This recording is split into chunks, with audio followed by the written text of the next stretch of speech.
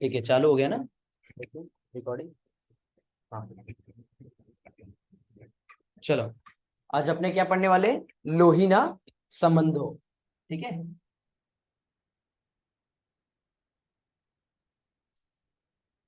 संबंधों।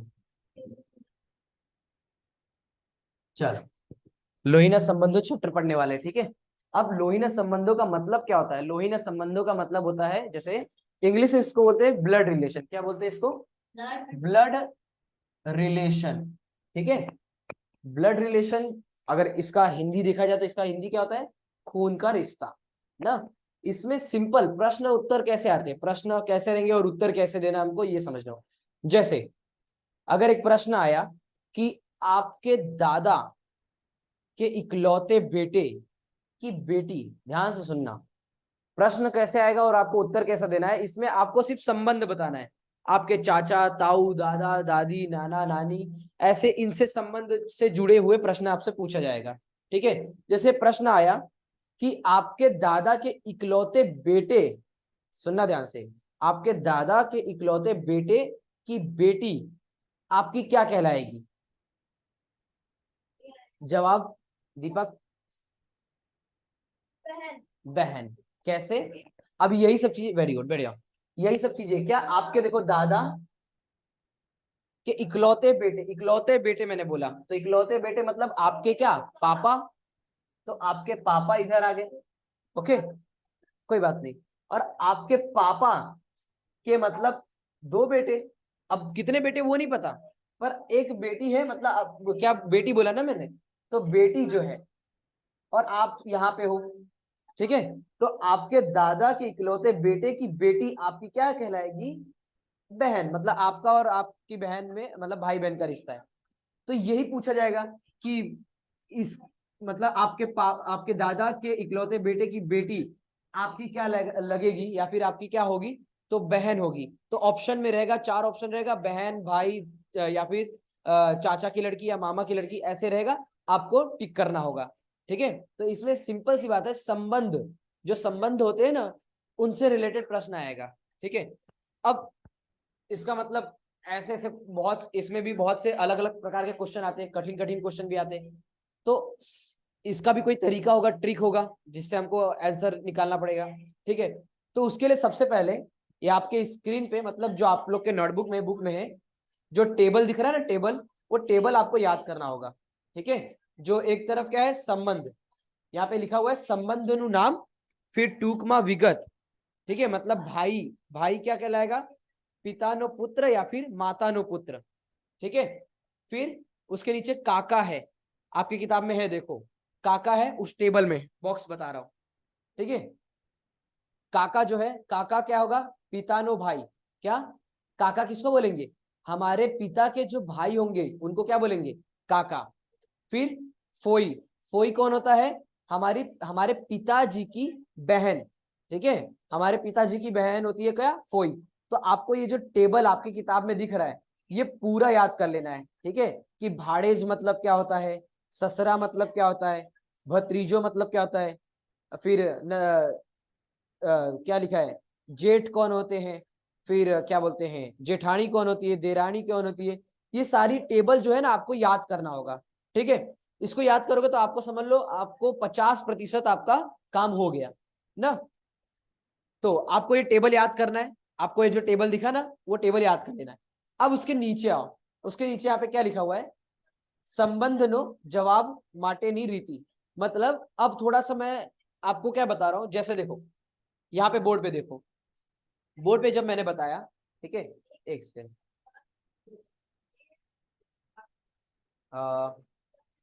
अब बोर्ड की तरफ चलते हैं ना। देखो, यहाँ पे जो मैंने बताया, दादा, पापा, यहाँ पे आप, यहाँ पे बेटी उनकी ना। तो देखो, अब इसका एक स्ट्रक्चर होता है, जैसे ये मैंने स्ट्रक्चर बनाया ना, यही स्ट्रक्चर आपको पढ़ना है। स्ट्रक्चर मतलब एक होता है तरीके से। अगर हम कहीं भी, अगर मैं मान लो यहाँ दादा लिख देता, यहाँ पे पापा लिख देता, ठीक है, फिर उनका बेटा, मतलब ऐसे ऐसे करके, तो हमको एक स्ट्रक्चर, स्ट्रक्चर का मतलब समझते हैं ना, एक तरीका देखना है, जिससे कि हमको प्रश्न का उत्तर जल्दी समझ में आ जाए। ठीक है, तो अब पहले तो वो टेबल याद कर लेना, तो उससे आपका 50% काम हो जाएगा। अब मैं जो बता रहा हूं उससे आपका 50% काम हो जाएगा, उसके बाद सॉरी आपका 30% काम होगा, और जो 20% है वो आपको अपने दिमाग से निकालना होगा जवाब। ठीक है, चलो करते हैं। सो अब आपको क्या समझना है, अब आपको समझना है, आपकी किताब में अगर आप देखोगे, अगर आप अपनी किताब में देखोगे तो एक सेकंड,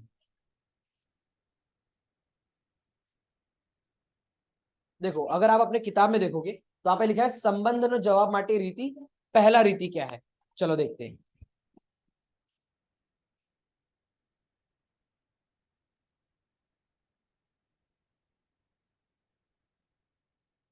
अब मैं जो लिखवा रहा हूँ इस चीज को अच्छे से समझना है और याद कर लेना है, ठीक है। चलो तो मुझे यहाँ पे लिखना है। देखो आपको पहला चीज क्या ध्यान रखना है, पहले तो वो टेबल ना, वो जो पूरा टेबल था, ठीक है। दूसरा आपको क्या याद रखना है, दूसरा आपको क्या याद रखना है, पहला चीज यहाँ पे क्या बोल रहा है, पुरुष ने लंब चौरस के चौरस खाना मा लखो, यानी कि जब भी प्रश्न में क्या पुरुष से संबंधित यानी कि आदमी से संबंधित या फिर लड़के से संबंधित कोई भी बात आती है तो उसको हम या तो चौरस में या तो लंब चौरस में बनाएंगे। ये क्या है इसका मतलब, जैसे दादा जो है वो लड़की है या लड़का, दादा जो है वो लड़की है या लड़का, ठीक है। यहाँ पे ध्यान समझो, पहला आपको क्या रखना है ध्यान में, टेबल। दूसरा यहाँ पे क्या बोल रहा है, दूसरा आपको जब भी पुरुष आदमी या फिर लड़के से संबंधित कभी भी बात हो, जैसे दादा हो गए, दादा आपके लड़की है या लड़का, लड़के है ना, तो जब भी अगर आप दादा लिखोगे ना, दादा, तो उनको किस में करोगे, चौरस में या तो लंब चौरस में आपको उनको रखना है, ठीक है। दादा जो लड़के होंगे उनको चौरस में रखना है या फिर लंब चौरस में, ठीक है। फिर आपके उनके इकलौते बेटे, अगर मैं बेटे बोलूं तो बेटे को भी आप किस में रखोगे, बेटे को भी आप चौरस में, तो अगर मैं उनके बेटे की बात करूं तो उसको भी आप चौरस में रखोगे ना। तो ये चीज आपको ध्यान में रखना है कि जब भी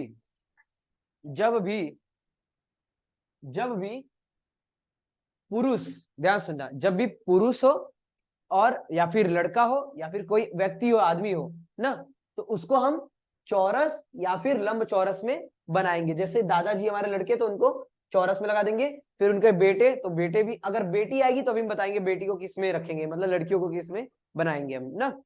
चलो अभी आपकी किताब में अगर आप देखते हैं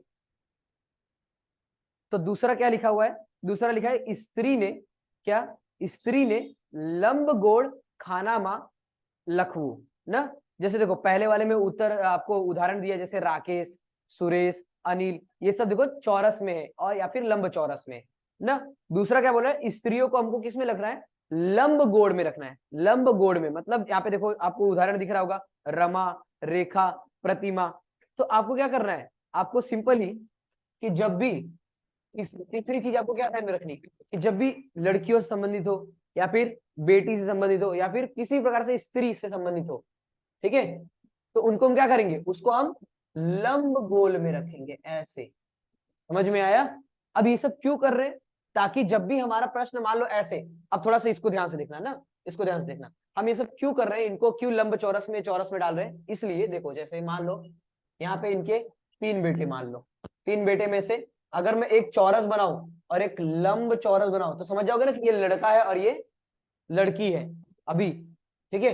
फिर ये भी लंब चौरस मतलब कि ये भी लड़की है। फिर अगर इसके भी नीचे मुझे बहुत से चीज करने पड़े, तो हमको ये सब क्यों करना है, ये सब इसलिए करना है ताकि हम जब प्रश्न का जवाब दें तो हम एक तरीका अपनाएं, क्या, उस तरीके से हमको तुरंत जवाब मिल जाए। समझ में आया? पहली बात तो टेबल को ध्यान में रखना है, दूसरी बात इसको याद रखना है, तीसरी बात इस चीज को ध्यान में रखना है। ये सब चीजें अभी देखना कहाँ हेल्प करेगी आपकी फटाक से जवाब देने में। समझ में आया? चलो उसके बाद फिर आपका किताब क्या बोल रहा है, किताब में तीसरा, एक जपेड़ी ना व्यक्तियों ने बाजू बाजू में लखू, क्या बोल रहा है, एक जब पीढ़ी ना व्यक्तियों ने, मतलब एक ही पीढ़ी के व्यक्तियों को क्या करना है, बाजू बाजू में रखना है। अब इसको देखो, किताब में आपको उदाहरण दिया हुआ है, जैसे यहाँ पे लिखा हुआ, ऊपर लिखा है बे भाई।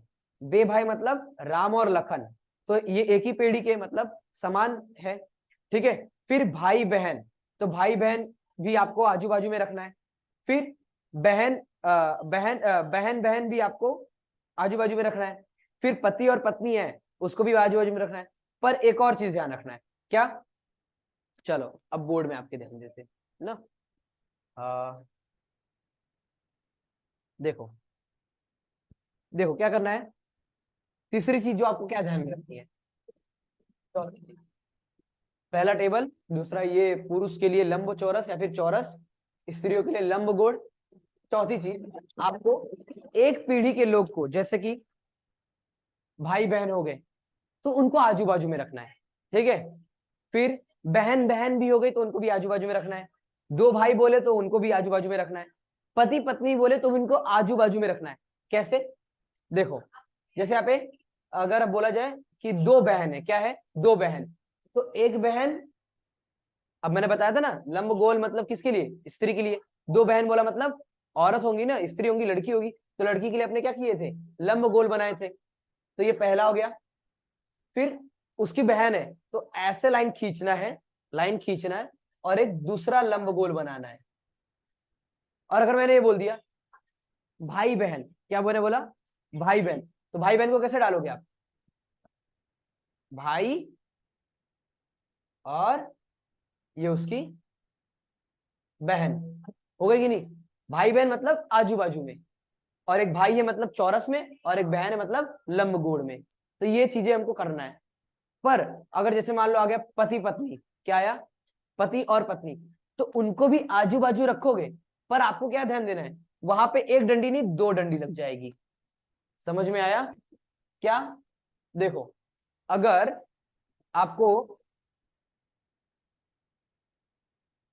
एक ही पीढ़ी के लोगों को बोलना है तो आजू बाजू रहेंगे। अब जैसे ये भाई बहन हो गए, ये बहन बहन हो गए, ये भाई बहन हो गए, ठीक है। अब जैसे मान लो पति पत्नी आया, तो उसमें पति तो भाई लड़का ही होगा, तो चौरस, और पत्नी लंबगोल में आएगी। और एक डंडी लगा दोगे ना तो ये भाई बहन का रिश्ता हो जाएगा, ठीक है। अगर दो डंडी लगा दे तो ये पति और ये पत्नी। तो ये समझ में आ गया। ये सब चीजें आपको समझना है, जब आप प्रश्न करोगे ना तब आप क्या करोगे, यही सब चीजें जब आपको प्रश्न में दिया जाएगा कि भाई दो भाई बहन, ठीक है, मतलब एक भाई एक पिता के तीन भाई, तो तीनों भाई को नीचे लिखोगे।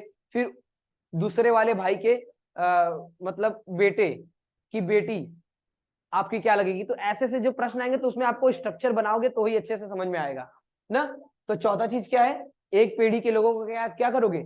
आजू बाजू में रखोगे ना। और देखो, भाई बहन को रखोगे कैसे?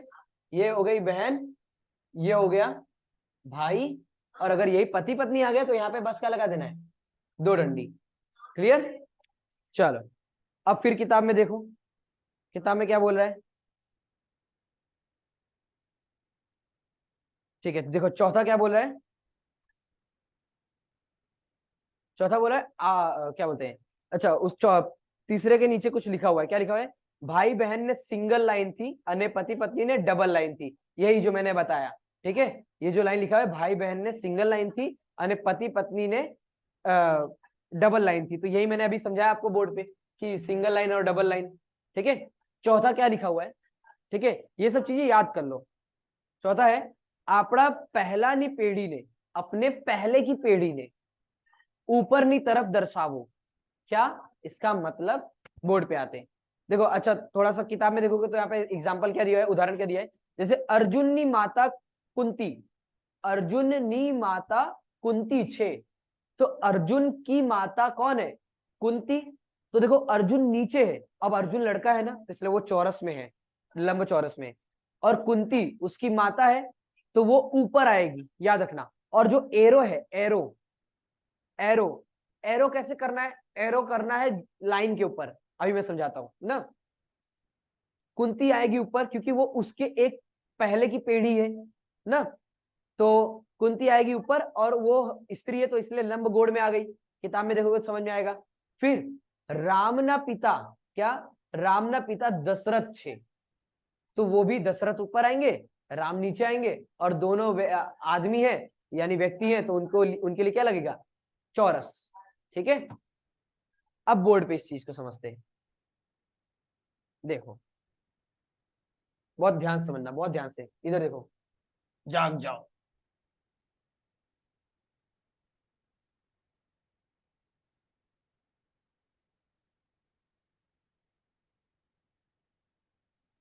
देखो पहला चीज हो गया, दूसरा चीज हो गया, ये पांचवा, पहला दूसरा तीसरा चौथा पांचवा। पांचवे में क्या बोल रहा है, पांचवे में बोल रहा है कि अगर एक, पहले तो एक ही पीढ़ी हो गए, अगर एक ही पीढ़ी के हैं, मतलब कुछ लोग बोलते हैं ना कि जैसे, अब देखो ये दादा ना, पीढ़ी पहले समझ लो, दादा के ऊपर जाएंगे तो उनको हम क्या बोलते हैं, परदादा ना। उनसे नीचे कोई बात नहीं, बोल देना चलेगा, उनसे नीचे जो आएंगे उनके पापा ना, फिर उनके नीचे उनका बेटा ना, उनका बेटा, फिर बेटे के बेटे जो होते हैं, बेटे के, उनके बेटे के बेटे। अब देखो समझो, पीढ़ी क्या होता है, पीढ़ी मतलब क्या होता है, जैसे ये देखो दादाजी थे, अगर मैं बोलूं सबसे, अभी इस जो मैंने ये जो स्ट्रक्चर बनाया है, इस स्ट्रक्चर में सबसे पुरानी पीढ़ी कौन सी है, परदादा, और सबसे नई पीढ़ी कौन सी है, बेटे ना। देखा जाए तो अगर मैं लिखूं तो ये देखो समझो पहले, अगर मैं ये अपने आप को मान रहा हूं, ये मैं हूं मान लो ना, ये मैं हूं, तो मैं जो है, मैं, मेरा जो बेटा मैं उसको बोलूंगा, मैं अपने बेटे को बेटा बोलूंगा, मैं अपने, मेरे जो ऊपर के हैं, मतलब देखो बेटे के, ये जो बेटा है, ये बेटा अब इनको क्या बोलेगा, पापा बोलेगा, और ये इनको क्या बोलेगा, पापा बोलेगा ना, और ये इनको क्या बोलेगा, बेटा बोलेगा, और ये भी इनको क्या बोलेगा, बेटा बोलेगा। तो देखो कितनी पीढ़ी, अभी यहाँ पे अगर देखिए तो मैंने कितनी पीढ़ी बनाई है, पहली पीढ़ी, दूसरी पीढ़ी, तीसरी पीढ़ी, चौथी पीढ़ी, पांचवी पीढ़ी। तो जो मैंने यहाँ पे स्ट्रक्चर बनाया वो उसमें 5 पीढ़ी के लोग हैं, ये पहला, ये दूसरा, ये तीसरा, ये चौथा, ये पांचवा। अब इसके साथ अगर मैं डाल दूं दादा के जहाँ पे पर दादी, फिर दादी ना, पर दादी, फिर मम्मी आएगी इधर ना, फिर उनकी, उनका अगर बेटा हो तो बेटा, या बेटी होगी तो बेटी। ठीक है, अगर बेटी से जोड़ेंगे कनेक्शन तो वो तो दूसरा हो जाएगा ना। तो अगर मैं उनका बेटा अगर बोलता हूँ यहाँ पे भी बेटा ना, तो उसका भी जो बेटा होगा वो बेटा, या फिर बेटी होगी। तो ये देख रहे हो, ऊपर नीचे इसलिए किया हूं, तो आपको ये चौथा वाला जो था उसमें यही समझना है कि जब एक पीढ़ी की बात करी, जब एक ही पीढ़ी है, अब देखो, अब इसके 2 बेटे हैं, तो उस 2 बेटे, जब मैं बोला, देखो चौथा नंबर का क्या लिखा है, तीसरा नंबर देख रहे हो ना, तीसरा नंबर में लिखा है पापा। अब इस पापा के 2 बेटे हैं, तो इस पापा के 2 बेटे मतलब नीचे की तरफ आएंगे, समझ में, एक इधर और एक इधर। अभी इन दोनों को हमने आजू बाजू क्यों लिखा, क्योंकि ये एक ही पीढ़ी के लोग हैं, समझ में आया। अब इनको मैंने ऊपर क्योंकि ये दूसरी मतलब इनसे पहले वाली पीढ़ी की है, तो हमको क्या ध्यान रखना है कि जब अगली पीढ़ी, पहले की पीढ़ी बात करी जाए, क्या, चाहे पहले की बात करी चाहे चाहे बाद की बात की जाए, मतलब कि हमसे पहले और हमारे बाद, तो उनको हम ऊपर नीचे करेंगे, समझ में आया, ऊपर नीचे रखेंगे पीढ़ी को। और अगर एक ही पीढ़ी है तो उनको क्या करेंगे, आजू बाजू रखेंगे। इतना समझ में आया। अब यहाँ पे देखो, यहाँ पे और क्या समझना है, जैसे अब अगर प्रश्न में ये ऐसे बोल रहा है, क्या प्रश्न में अगर ऐसे अब इसमें थोड़ा सा एरो समझो, जैसे मैंने अगर बोला क्या कि अर्जुननी माता कुंती छे, तो इसका मतलब क्या होता है, अर्जुन पहले लिखेंगे क्या, अर्जुन लिखेंगे, अर्जुन की माता, अब अर्जुन लड़का है ना, तो इसको क्या करोगे, चौरस में ना। अब अर्जुन की माता एक ही पीढ़ी के लोग हैं, नहीं, ये इनसे ऊपर आएगी ना इनकी मम्मी, क्योंकि ये वो इनसे पहले वाली पीढ़ी की है, तो इनको लूंगा मैं ऊपर। तो एरो ध्यान रखना, एरो ऐसे करोगे, अर्जुन की माता मतलब ऊपर की तरफ आएगा। ठीक है, अगर मैं बोलूं अर्जुन का बेटा, तो ये नीचे की तरफ आएगा। समझ में आया? तो अर्जुन की माता ऊपर आएंगी, क्या नाम है उनका? कुंती नाम है ना, कुंती नाम है। अब कुंती औरत है तो उनको क्या करेंगे? लंब गोड़ में डाल देंगे। समझ में आया? ये सब चीज याद रखना। मम्मी पापा को ऊपर नीचे रखना है, भाई बहन को नीचे रखना है, पति पत्नी को आजू बाजू, मतलब आजू बाजू रखना है, भाई बहन को भी आजू बाजू में रखना है। ठीक है? पति पत्नी में क्या ध्यान देना है कि डबल डंडी होनी चाहिए, भाई बहन में सिंगल डंडी होनी चाहिए। यही सब चीजें ध्यान रखना है ना। अब किताब में आ जाओ फटाक से। सो किताब में अब क्या बोल रहा है? देखो किताब में बोल रहा है पांचवा, पछीनी पेढ़ी ने। पछीनी पेढ़ी मतलब जो मैंने अब भी बताया, अब भी क्या बताया? एक हो गया पहले की पेढ़ी, ध्यान सुनना। देखो पेढ़ी में तीन चीजें समझना है। पांचवा नंबर क्या लिखा है? पछीनी पेढ़ी ने। किताब में देखो, पछीनी पेढ़ी ने नीचे तरफ, पछीनी पेढ़ी ने नीचे तरफ दर्शावी। पछीनी पीढ़ी मतलब जो आने वाली पीढ़ी है उसको कहां दर्शाओगे तुम? नीचे दर्शाओगे। अभी जो मैंने बताया कि अर्जुन का अगर बेटा होगा तो उसको नीचे दिखाओगे, अर्जुन की माँ होगी तो उसे ऊपर दिखाओगे। समझ में आया? पछीनी पेढ़ी ने नीचे तरफ दर्शावी, जेम के अर्जुन नो पुत्र अभिमन्यु छे। किताब में देखो अर्जुन नो पुत्र, तो अर्जुन का जो पुत्र है, तो यहाँ पे देखो किताब में अर्जुन लड़का है तो उसके लिए चौरस, फिर उसका बेटा अभिमन्यु है। ठीक है? तो बेटा भी क्या आएगा? चौरस में आएगा। और अर्जुन का बेटा बोल रहा है ना, तो वो एरो कहाँ आएगा? नीचे आएगा। तो समझ में आया? ये इतना पांच मतलब इतनी जो चीजें थी। ठीक है? ये मैं लास्ट में ये जो चीज है इसको फिर समझा देता हूँ ना। चलो पांचवा एक बार फिर मैं बता देता हूँ।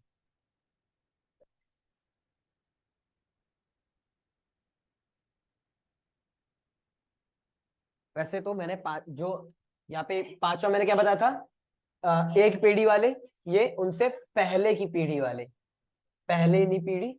और जो आखिरी है छठा, वो क्या है? पछीना पीढ़ी। ठीक है? ये एक पीढ़ी वाले थे। तो पीढ़ी से पीढ़ी का मतलब क्या था? पीढ़ी क्या बोलते हैं? घर में सुने होगे ना कि घर में सुनोगे कि जैसे जैसे मेरे घर में अगर देखोगे तो मेरे घर में अगर सौरव है, ठीक है, तो सौरव के पिताजी ना, उनके पिताजी है, फिर उनके भी दादाजी है। मतलब मेरे घर में भी देखा जाए तो कितनी पीढ़ी है? चार पीढ़ी है, क्योंकि मेरे दादाजी है, उनके पिताजी है, फिर उनके भी पिताजी है, फिर सौरव है। तो ये चार पीढ़ी मेरे घर में ना। समझ में आया? तो वे पीढ़ी को क्या करोगे? ऊपर नीचे की तरफ दर्शाओगे। तो यहाँ पे ये हो गया ये वाला छठा वाला, एक बार फिर समझ लो। ठीक है? एक बार पीढ़ी वाले में तीनों समझ लेते हैं ना। एक पीढ़ी वाले को क्या करोगे? आजू बाजू में रखोगे। और पति पत्नी है तो डबल लाइन में, और भाई बहन या फिर बहन बहन या फिर भाई भाई है तो सिंगल डंडी। फिर पहले की पीढ़ी की अगर बात की जाए तो ऊपर की तरफ, जैसे कि अर्जुन की माता कुंती है तो अर्जुन नीचे आएगा, कुंती ऊपर आएगी ना। फिर पछीना पीढ़ी ने, पछी मतलब जो आने वाली पीढ़ी है, उसको कहां पे दर्शाओगे? नीचे की तरफ दर्शाओगे। जैसे प्रश्न, अर्जुन का बेटा अभिमन्यु है तो अर्जुन आएगा, ठीक है, फिर उसका बेटा अभिमन्यु, ठीक है, आपका नीचे की तरफ आएगा। ठीक है? तो ये चौरस में, और ये भी चौरस में। समझ में आया? अर्जुन का बेटा अभिमन्यु नीचे की तरफ आएगा। क्लियर? अब ये जो चीजें मैंने बताया इसको पहले आप अच्छे से याद कर लेना। ठीक है? अच्छे से समझ लेना, क्योंकि इसी के आधार पे आप क्या प्रश्नों का जवाब दोगे। समझ में आया? चलो अब मैं धीरे धीरे एक एक करके प्रश्न लूंगा। ठीक है? ठीक है? तो ये मैंने प्रश्न दिया है, इस प्रश्न को पहले समझते हैं, फिर इसके उत्तर को फाइंड करते हैं ना। देखो, विनीतनी क्या है? विनीतनी, विनीत लड़का है ना, तो विनीतनी ओळखाण, ओळखाण का मतलब क्या होता है? पहचान। तो विनीत का, या फिर विनीत, हाँ ठीक है, विनीत का ओळखाण मतलब होता है पहचान। विनीतनी ओळखाण आपता सुनैना है। सुनैना क्या है? लड़की है।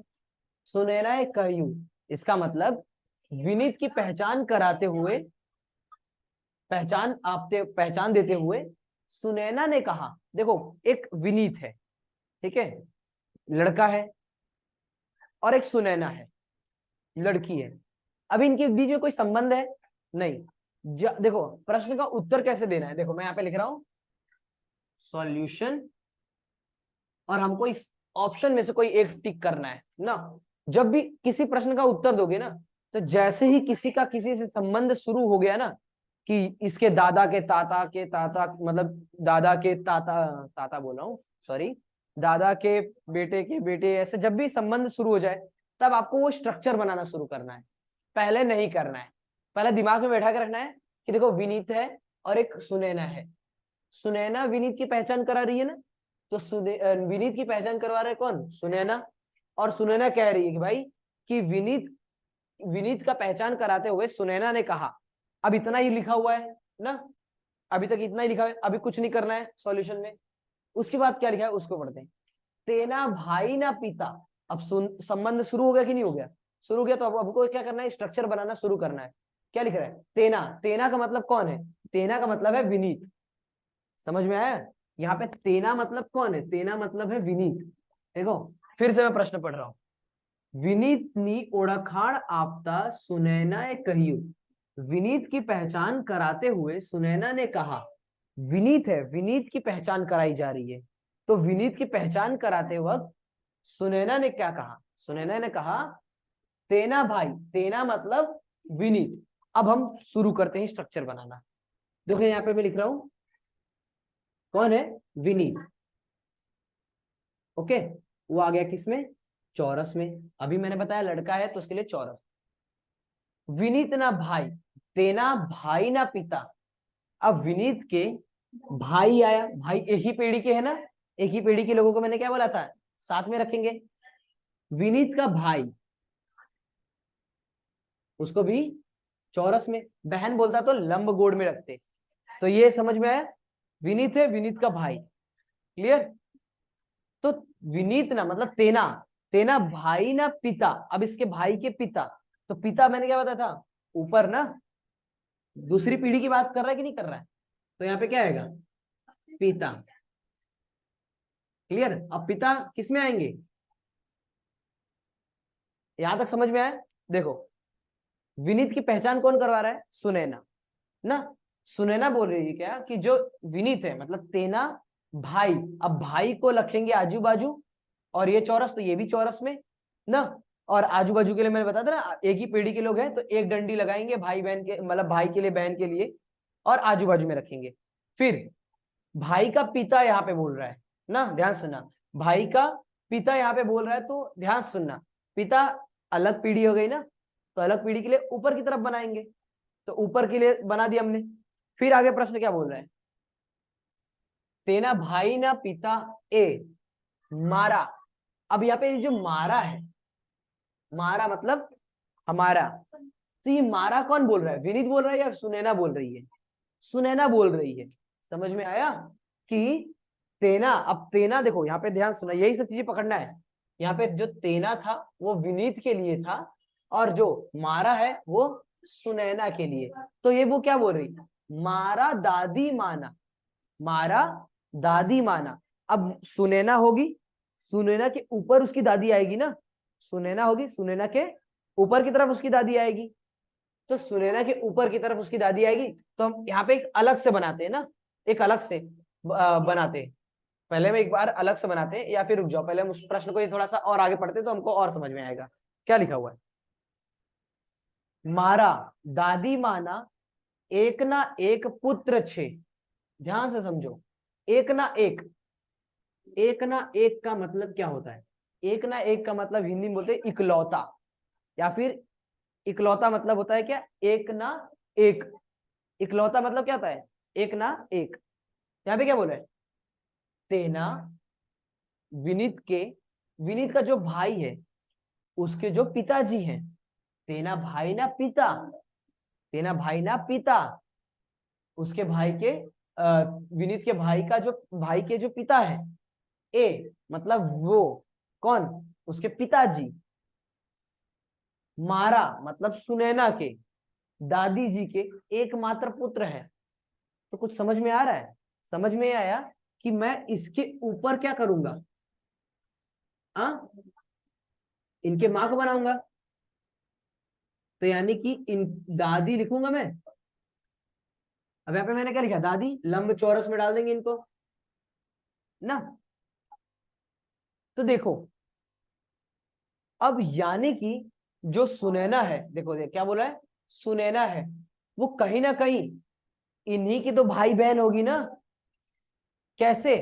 देखो अगर मैं बोल रहा हूं कि मेरी दादी के इकलौते बेटे, मैंने याद करो जब चैप्टर शुरू किया था तो मैंने ये ऐसा पहला प्रश्न दिया, पहला ही प्रश्न बताया था आपको क्या, कि मैंने यहाँ पे क्या बोला था कि मेरे दादी के इकलौते के बेटे की बेटी, मैंने दादाजी लिया था, मैं अब दादी जी बता रहा हूँ ना। मैं क्या बोल रहा हूँ कि मेरे दादी जी के इकलौते बेटे की बेटी, इकलौते बेटे की बेटी मेरी क्या कहलाएगी, बहन कहलाएगी ना। तो ये भी क्या बोला, ध्यान सुनना, कि विनीत ओळखान, विनीत की पहचान कराते हुए सुनैना ने कहा कि तेना भाई ना पिता, तेना भाई ना पिता, ए मारा, मारा मतलब सुनैना कि मारा दादी माना। अब देखो यहाँ पे मैं एक बार सुनैना को अलग बना देता हूँ ना, सुनैना से स लिख देता हूँ और सुनैना भी लाएगी इसमें लंबचौरस में।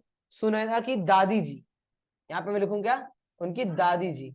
प्रश्न जहां तक हमने ये समझा इसलिए मैंने ये अलग बना दिया ना, ये अलग है। तो मारा दादी माना एक ना एक, तो मेरी दादी के मतलब सुनैना की दादी के एक ना एक पुत्र छे, तो इसके इकलौते बेटे ही तो देखा जाए तो विनीत के भाई के पिता है ना। इकलौते बेटे मतलब यही ना, एक ना एक पुत्र मतलब क्या, इकलौते बेटे। तो सुनैना का विनीत के साथ सुसगपड़ छे, तो सुनैना का विनीत के साथ क्या संबंध है। तो पहली बात ध्यान समझो, जब उसने बोला कि मेरी दादी के इकलौते बेटे, तो उसकी दादी के इकलौते बेटे अगर पिता है किसके, विनीत और उसके भाई के, तो कहीं ना कहीं जो सुनैना है वो इसकी क्या होगी, सुनैना बहन होगी।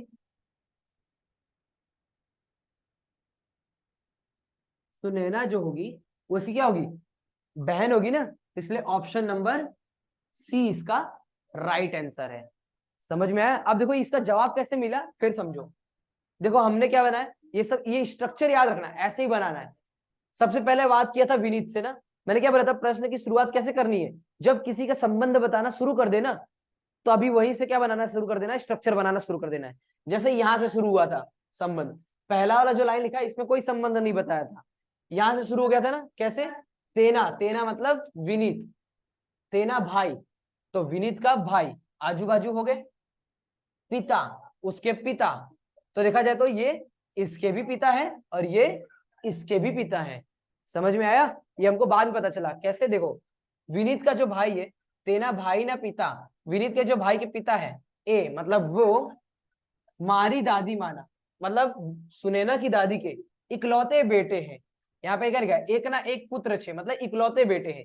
तो भाई अगर सुनैना की दादी के इकलौते बेटे ही विनीत और उसके भाई के पिता है, तो सुनैना के भी, तो हमको किसका संबंध बताना है, सुनैना का विनीत के साथ। तो सुनैना का विनीत के साथ क्या संबंध होगा, भाई बहन का होगा। समझ में आया? तो यही चीज हमको यहाँ पे बताना था, जब विनीत के भाई के पिता उसकी दादी के इकलौते बेटे हैं तो उसके भी तो पिताजी होंगे ना, और जब पिताजी उसके हैं तो इसके, तो उसके भी जब अगर पिताजी हैं तो ये सब उनके क्या होंगे, भाई बहन होंगे ना। तो यहाँ पे क्या आएगा रिश्ता, सी बहन का। क्लियर? आपको ये स्ट्रक्चर याद रखना है। क्लियर?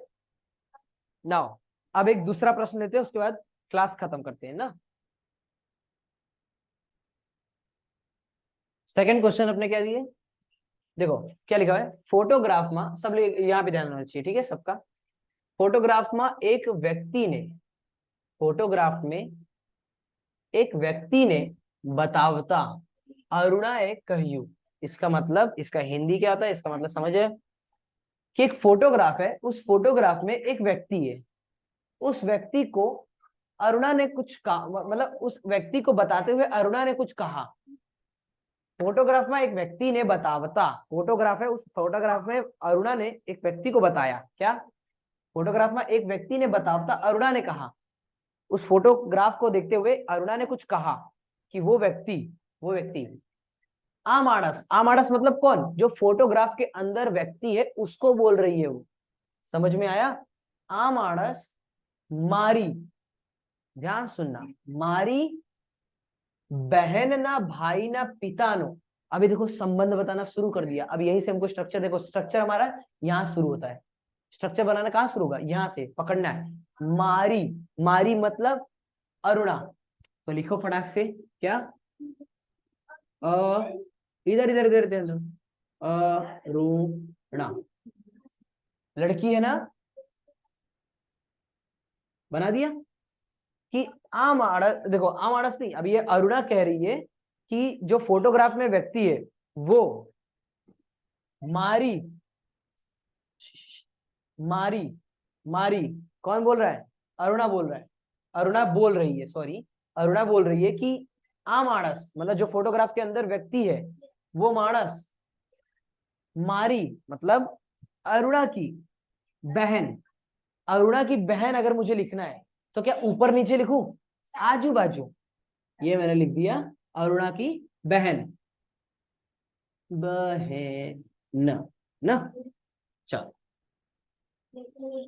अब बहन है तो चौरस की लंब चौरस? लंब चौरस,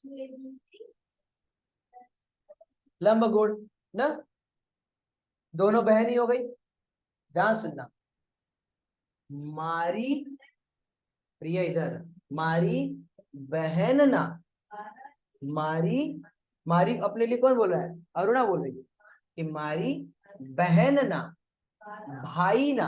अब उसका भाई कहाँ आएगा? बाजू में ही,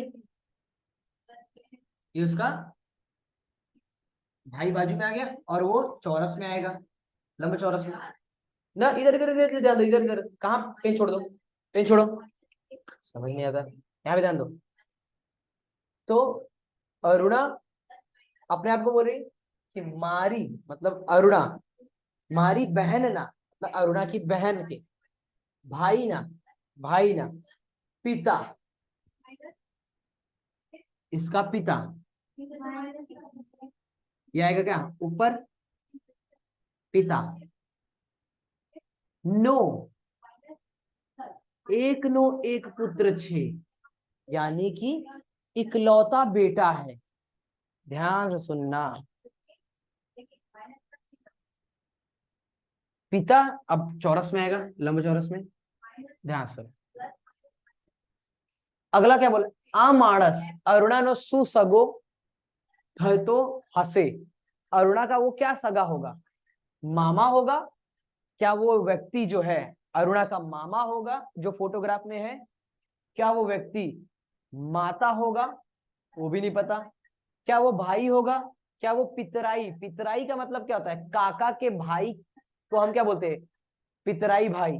या फिर काकी की या फिर काका के बेटी को हम पितराई बहन बोलते हैं, पितराई भाई बोलते हैं। मतलब जैसे हिंदी में बोलते हैं ना, चचेरे भाई चचेरी बहन ना। तो ये हो गया। और ऑप्शन ई क्या है? कि इनमें से कोई नहीं। यहाँ पे तुम ध्यान से देखो कि अगर अरुणा का कोई बहन, अरुणा अरुणा की कोई बहन है, देखो स्ट्रक्चर जितना बताया बनाया ना, उसी से हमको जवाब मिल जाएगा, प्रश्न पढ़ने की जरूरत ही नहीं है। क्या? कि अरुणा अपने आप को बोल रही है कि मारी बहन ना भाई, उसकी बहन का भाई, उसकी बहन का भाई के पिता, मतलब इन तीनों के भी क्या लगेगा? पिता ही होगा ना। अगर उसके भाई का पिता मतलब इन दोनों का भी पिता। उनके भाई के पिता के इकलौते बेटे हैं।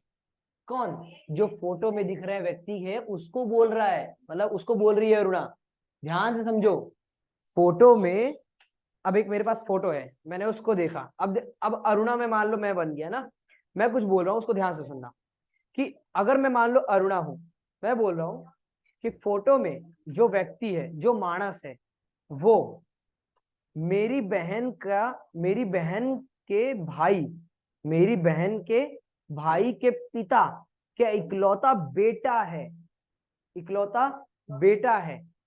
तो इकलौता बेटा यही होगा ना। और अरुणा के साथ इसका क्या संबंध है, भाई का है, इसलिए ऑप्शन सी इसका आंसर है। अब फिर से समझो, फिर से पेन रख दो, पेन रख दो, पेन रख दो, फिर से समझ लो, फिर से समझो ना, एक बार फिर से समझ लो। फिर से देखो, एक फोटोग्राफ है। देखो ऐसे प्रश्नों को शुरू कहां से किया करो, ये तुमको क्या पकड़ना है, इस पूरे लाइन में से मैंने क्या क्या पकड़ा, यहां से संबंध बताना कहां से मैंने शुरू किया, यहां से ना, क्योंकि यहीं से संबंध बताना शुरू कर रहा है, इसलिए हमको स्ट्रक्चर बनाना शुरू कर कहां से करना है, यहां से करना है। फिर से समझो मैं क्या बोल रहा हूँ, कि एक फोटोग्राफ है, उस फोटोग्राफ में एक व्यक्ति है, उस व्यक्ति को कौन बता रहा है, अरुणा बता रही कि ये कौन है, वो कह रही है कि वो जो व्यक्ति है आ मानस, मतलब फोटोग्राफ में जो मानस है उसको बोल रही है कि आ मानस मारी, मतलब अरुणा की बहन, अरुणा की बहन बाजू में, अरुणा नी हमारी बहन ना भाई ना, अरुणा की बहन के जो भाई है, अरुणा की बहन का भाई, मतलब ये भाई जो है वो इसका भी भाई है, और ये बहन इसकी बहन है, और ये बहन इसकी भी बहन है, मतलब ये तीनों सब भाई बहन है ना, तीनों। मारी बहन ना भाई ना पिता नो, बहन के भाई का पिता, बहन के भाई का पिता, मतलब ये तीनों का पिता ना, एक नो एक पुत्र छे, तो इकलौता जो पुत्र होगा, उसके पिता का जो इकलौता पुत्र होगा, वही तो इन तीनों का भाई है, मतलब इन दोनों का भाई है।